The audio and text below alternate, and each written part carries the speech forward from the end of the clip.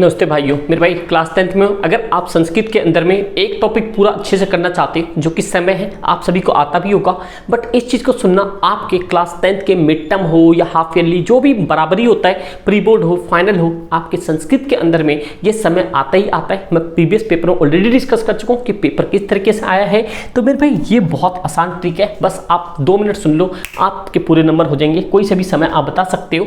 ये आपके सामने सबसे पहले मैं आपको एग्जाम्पल देने से पहले आपके सामने कुछ चीजें दिखा रहा हूं जो आपके सामने यहाँ पे दिख रहा है। तो मेरे भाइयों ध्यान से सुनना, जो चीज मैं बता रहा हूं आपको।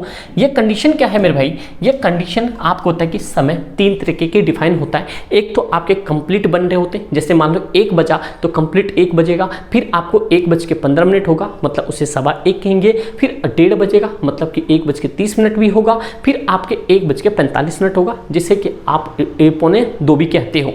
तो मेरे भाई आप सभी को याद रखना है, जो सवा वाला पॉइंट होगा उसे संस्कृत में सपाद कहते हैं। क्या कहते हैं? सपाद कहते हैं। हिंदी में क्या होता है? सवा होता है। जैसे कि एग्जांपल मैंने आज बताया कि 1:15 हो रहा है, तो ये 15 को क्या बोलते हैं? सपाद बोलते हैं। सभी के अंदर में जितने भी काउंटिंग है तो आप उसे क्या लिखोगे? सपाद। और ये क्या बज रहा है? 1, तो 1:15, क्योंकि 1 को 1:15 मतलब बजने वाला टाइम हो गया।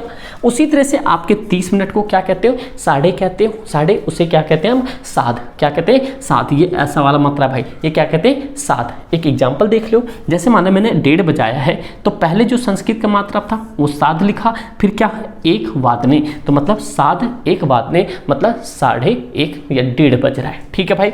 उसी तरह से जब 45 आएगा, मतलब 45 बोलोगे, उसे पादोन बोलते हैं। क्या भाई? पादोन। पादोन समझना, कुछ उल्टा मत समझ देना, मतलब अगले टाइम के लिए। मतलब पादोन मतलब पौने होता है। जैसे मान लो 1:45, अब आपको होता है कि 1:45 2 के नियर बाय है, तो यहाँ पे थोड़ा सा सिस्टम चेंज होता है।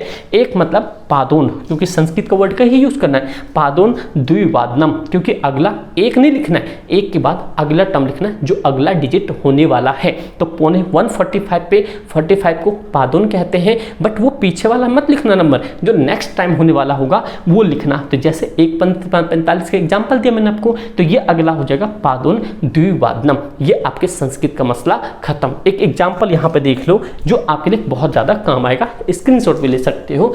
1 को 1:15 कहते हैं, 2 को 2:15 कहते हैं, 3 को 3:15 कहते हैं, 4 को 4:15 कहते हैं, 5 को 5:15, 6 को 6:15, 7 को 7:15, 8:15, 9, 10, 11, 12, ये हो गया। ये देख लो साध बोलते हैं साढ़े को। एक एग्जाम्पल यहाँ पे।